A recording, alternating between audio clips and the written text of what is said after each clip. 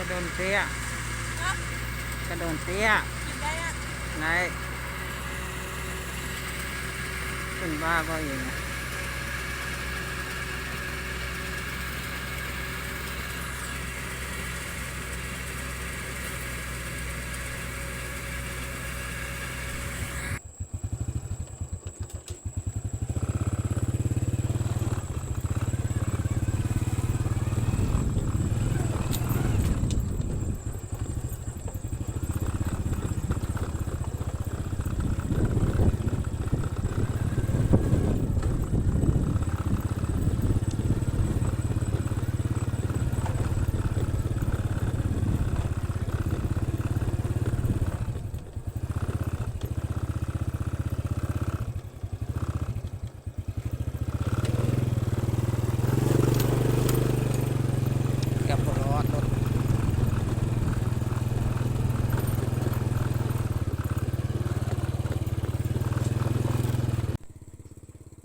ตอนนี้กะ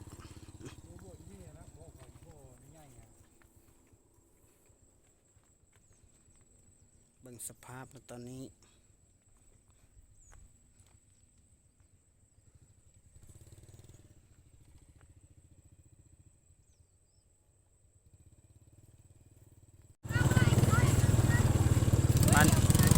วันนี้ก็ยังได้แล้วเนาะ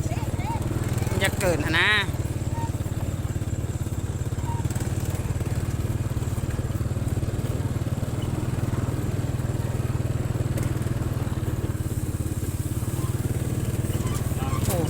ทางไปก็มีบ่ไปเบิ่งบัวคนเฮาก็ได้ลึกบรรยากาศดีอีหลีมื้อนี้บรรยากาศยามค่ำเนาะ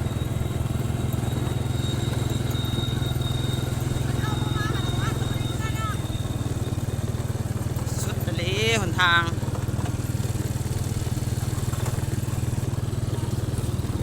ตกคลองแล้วนี่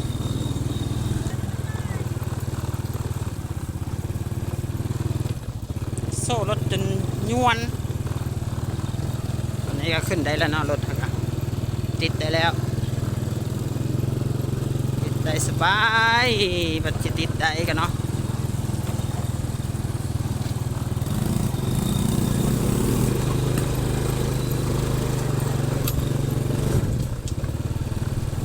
อันนี้ก็แปลว่าได้เนาะ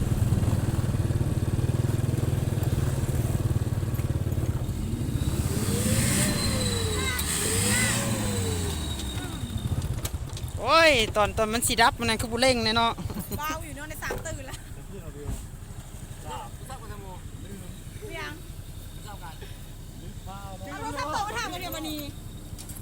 เอาขึ้นเอาขึ้นเกี่ยวคนเข้าขึ้นนะมันเข้ามาแล้วนะบรรยากาศยามแรงกินได้พี่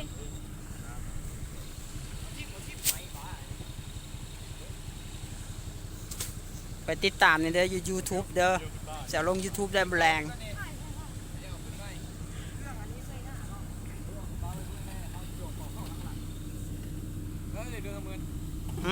เอาขึ้นรถเลยเอามาเนี่ยมาโยกันเนี่ยโอ้กับพวกโค้งนอนจะให้อะจะไปวิทย์เดียวนะพ่อเพียงให้กับพ่อมาเขาไม่ได้เมื่อเลยค่ะย่าเสียบกันนั่นแหละพูดเลยนั่นเลย